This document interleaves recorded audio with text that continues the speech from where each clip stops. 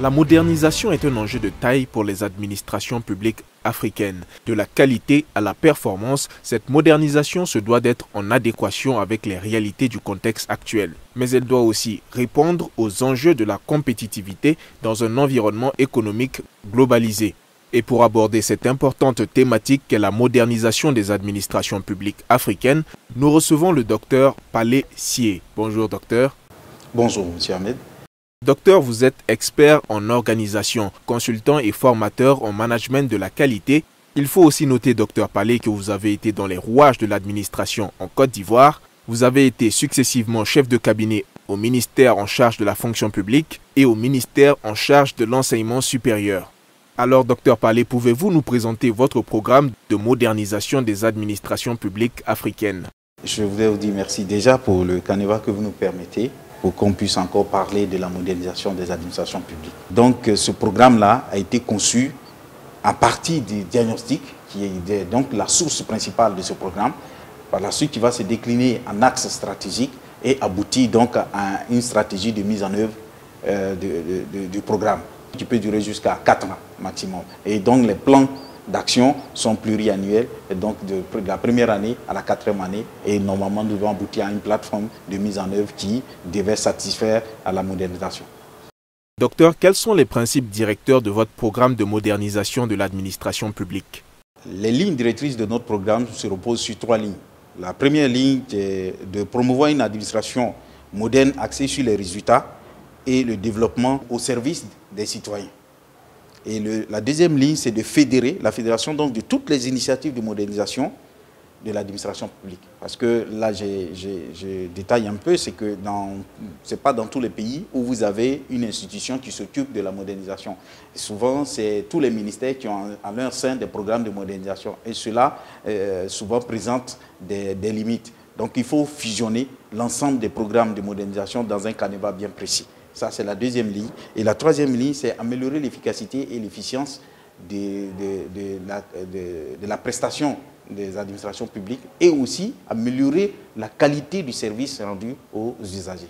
Voici les 3 lignes directrices qui ont donc conduit à la conception donc du programme.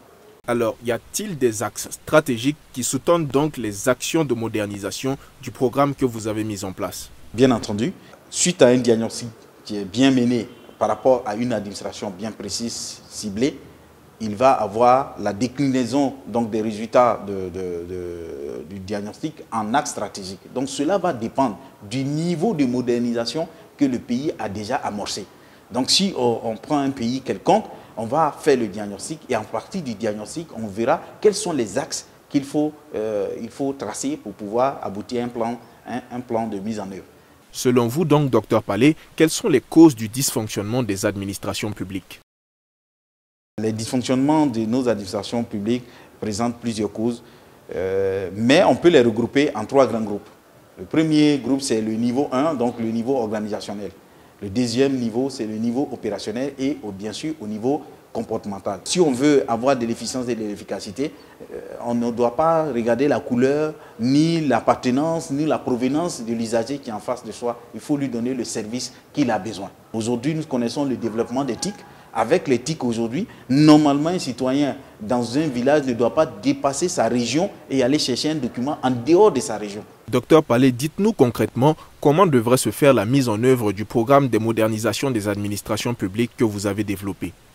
Je voudrais, avant de répondre à cette question, féliciter déjà les gouvernements des pays africains, et bien entendu les pays africains, ouest africains, que je connais un peu l'administration, féliciter déjà les gouvernements qui ont pu mettre en place une structure en charge de la modernisation. C'est déjà un grand pas. Mais le programme vient en appoint, vient aider ces structures-là à atteindre les objectifs en ayant un canevas qui va permettre à ce que les activités puissent se mener plus facilement et aussi la mobilisation des ressources va se faire plus facilement. Parce que les bailleurs de fonds sont dans cette logique-là. Ils financent que les programmes. Donc j'exhorte là, à ce niveau-là, pour dire que pour pouvoir mettre en œuvre concrètement ce programme, il faut créer le programme de modernisation. Et en ce moment, la mobilisation des ressources est plus facile. Parce qu'on a un programme, on a des jalons, on peut faire des points et faire des bilans partiels. Et donc, les bailleurs de fonds sont dans ce canevas. Et ça peut marcher. Avez-vous un message à l'endroit des États africains sur l'importance et les enjeux de la mise en œuvre du programme de modernisation des administrations publiques? J'ai foi à nos dirigeants. Aujourd'hui, je pense qu'ils ont beaucoup fait. Ils sont même en train de se surpasser. Donc vraiment, j'exhorte les chefs d'État à poursuivre les actions dans la modernisation, mais en créant des programmes au sein de leurs États. Alors, Dr Palé, nous arrivons déjà au terme de notre entretien. Nous espérons que tous vos efforts pour la modernisation des administrations publiques africaines porteront leurs fruits. En tout cas, merci d'avoir été dans le magazine Africa Norm. C'est à moi de vous dire merci.